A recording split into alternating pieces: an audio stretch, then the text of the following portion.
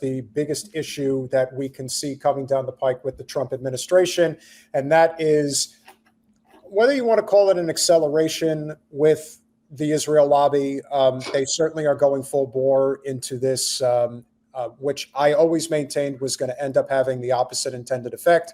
Now, all of a sudden, every pretentious liberal in society is potentially, I mean, you never know, but you think that they're more apt to care about what's going on with the Palestinian children right now. In fact, Colin, if you can grab the headline, filmmaker Michael Moore actually came out today and made a statement pertaining to the Senate and how they are facilitating the genocide.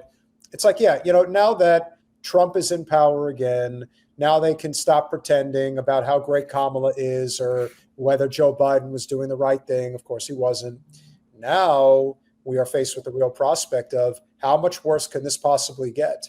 I don't think it can, but who's to say that our country isn't stupid enough to take a very big risk, or at least Trump isn't willing to take a very big risk, and he's doing it all for Miriam Adelson, who basically got him elected.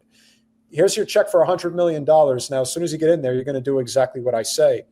And essentially every single solitary appointment has some degree of attachment to the state of Israel. Well, he has basically assembled the Zionist Avengers. His cabinet is like the Zionist Avengers. That's what it looks like to me. I don't think he's. I mean, even the ones that are not as bad, they're still Zionists. All of them. Yeah, I mean, they're all Zionists. $100 million is not a free check. I mean, you have to do these things. But I would. So this is the part where I would say I think there is a break in the right now. I hope so. With the people, with the Israel thing. I think the libertarian movement in the GOP is very real. I think it has a lot of teeth. I think leaders like Dave Smith have a tremendous amount of influence, especially over people like Joe Rogan.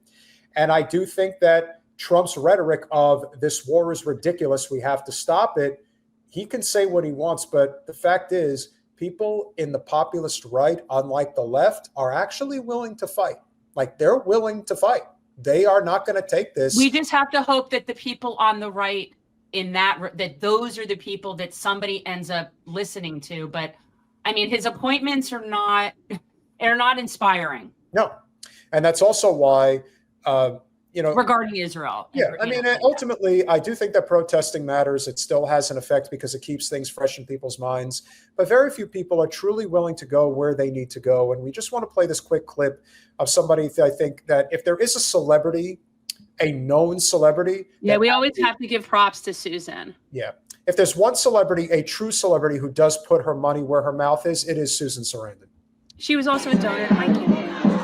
Pressuring, hopefully, all those that are contributing to the ongoing genocide in Gaza and Lebanon and everywhere else where there's violence against the will of the majority of people. And I'm happy to see so many have turned out. And I think that's all we can do now is keep pressure on, make it clear that this is not something that we want to pay for any longer. What do you think about the ICC ruling and how the U.S., they're not accepting it? Well, I don't think international law can be inconsistent.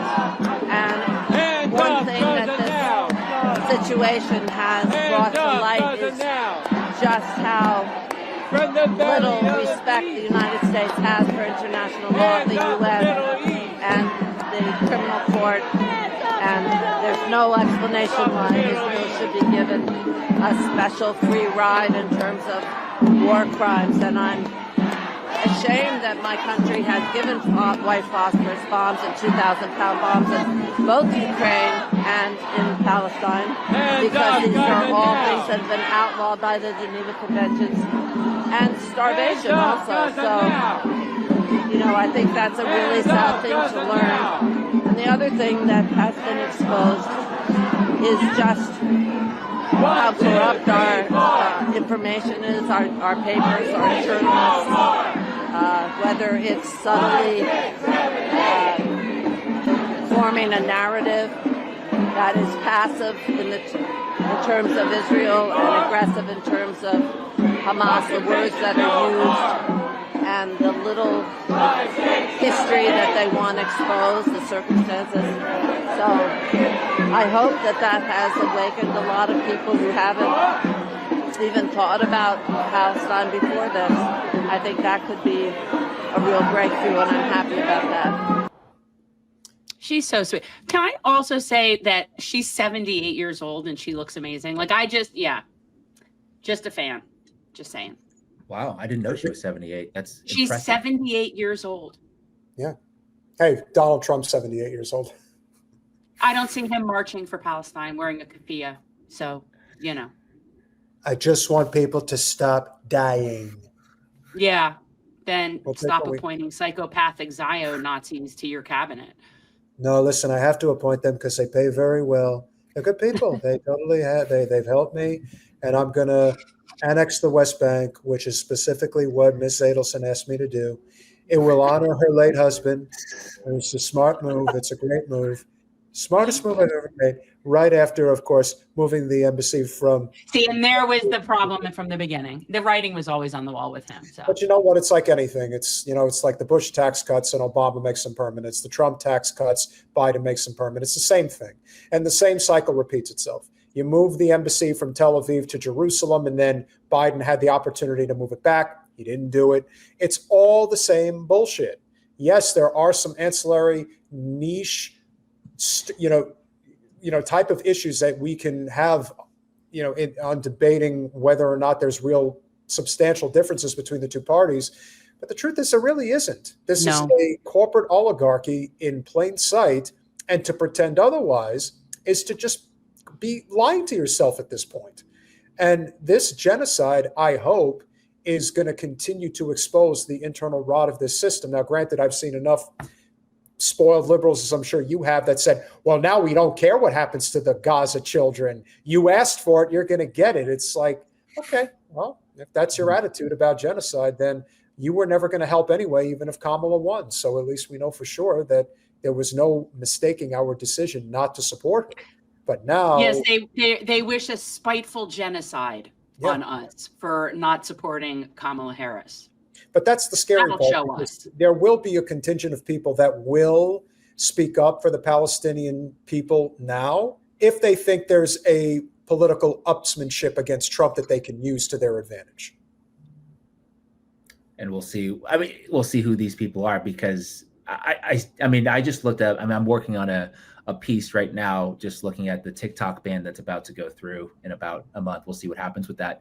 But there's just so much evidence that the Israel lobby was behind a lot of that to get across the finish line. And one of the statistics that I came up is, of the 500 plus members in Congress, only 30 did not receive any money from the Israel lobby in the last election cycle, which means, how are they going to speak out? Who's going to, you have a couple people maybe, who's going to do it? Who's going to defy the Israel lobby? Thomas Massey's the only one, aside from Rashida Tlaib, that has really, truly done it. So you've got one in each party. That's pretty sad. I mean, even Ilhan Omar plays things way too close to the chest for my liking. I don't think she's a sellout the way AOC is, but no, it's still, at some point you just got to say, fuck it. I mean, when everybody's drowning, you're going to drown too. You're not going to avoid it. You cannot find higher ground. We will eventually all go beneath the surface and we'll all die unless somebody is willing to really just make that mark. That's why I think it's just so telling right now and so very sad. And I hate to end the conversation on a sad note, but, Bernie even writing that email the other day and even toying with the idea that maybe it's time for another path. Maybe it's time for a third party. No, Bernie, it was time for that when they screwed you in 2016. That was the time. That was the time, and that moment has passed.